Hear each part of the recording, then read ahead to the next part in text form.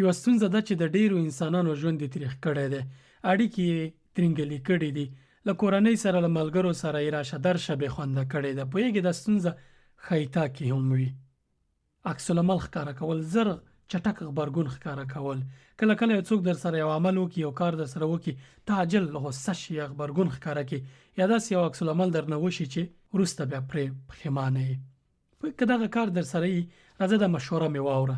یو لنډ تفسیر درته کوم، یو موضوع درته بیانوم، په دې سره کېدای شي ستا دغه ستونزه حل شي انشاءالله.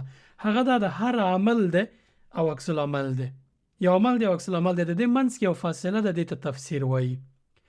دا هر عمل دپاره یو تفسیري. که ته د عمل په تفسیر پوه شي، عکس العمل به دې منطقي، اصولي او د چوکاټ په منځ کې وي. مثلا ته روان یې په لار کې، ناڅاپه یو څوک دې شانه په څپېړه ووهي، ته اتومات عکس العمل ښکاره کوې، خو کله چې شاته ګورې متوجه کېږي چې ملګری دې دی، اتومات ستا هغه غصه، ستا هغه حالت کنټرولېږي او ته ارامه کېږي. ولې؟ ځکه ته د دې عمل په تفسیر باندې پوه شې، عکس العمل دې د همغې مطابق ښکاره نه کړ. که چېرته دا کوم بل څوک وی تا نه پېژندلی، اتومات ته هم عکس العمل ښکاره کوو، یا دې ګزار کوو یا دې احساسات ښکاره کول. ولې دې دغه ملګري ته غبرګون ښکاره نه کړه، چټک غبرګون یا غصه یا بېرته دې ګزار ونه کړو؟ ځکه چې ته پوهېږي چې دا ستا ملګری د ملګرتیا په پار یا د یوه ملګرتیا په چوکاټ کې په تا دا ګزار کوي. تر شا یې کینه، نفرت یا غیر اصولي چلن نشته دی چې ته د هغې تمه نه لرې. د ملګري ستا دا تمه ده.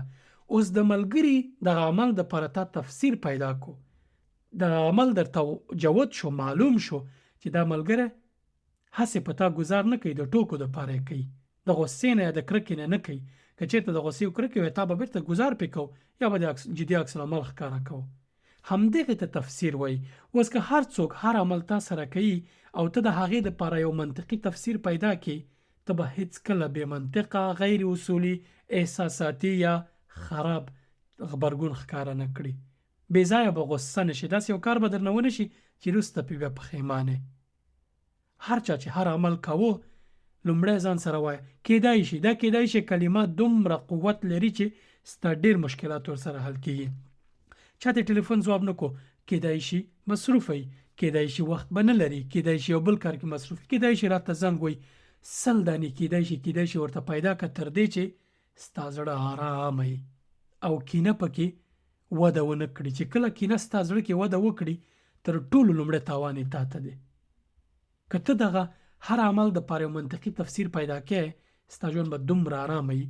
باور وکړه، اړیکې به دې کامیابه وي، کورنۍ سره به دې اړیکې بریالۍ وي، ملګرو سره به ستا راشه درشه ډېره اصولي، منطقي او خوږه وي، او داسې عمل به درنه په اسانۍ نه کېږي چې ته پرې پښیمانه شي. ته دا تجربه کړه، هر عمل چې کېدو لومړی دمه کوه، شاته ورته یو تفسیر پیدا کوه، یو معنا د عمل کې لټوه چې دا عمل ولې وشو. کله چې ته ژورو ته ورسېږي او په حقیقت یې پوه شي، بیا تا ته معلومیږي او تا به په دغه وخت کې د یو مناسب غبرګون ښودلو دپاره وخت هم کافي لاره او عمل به دې هم داسې وي چې وروسته پرې نه پښیمانه کېږي. دا تجربه که ډېرې ستونزې به دې ورسره حل شي. ته هم راته کمنټ کې د عکس العمل ښکاره کولو د مخنیوي دپاره یوه لاره چاره ووایه چې تا تجربه کړې او هغه کامیابه شوي.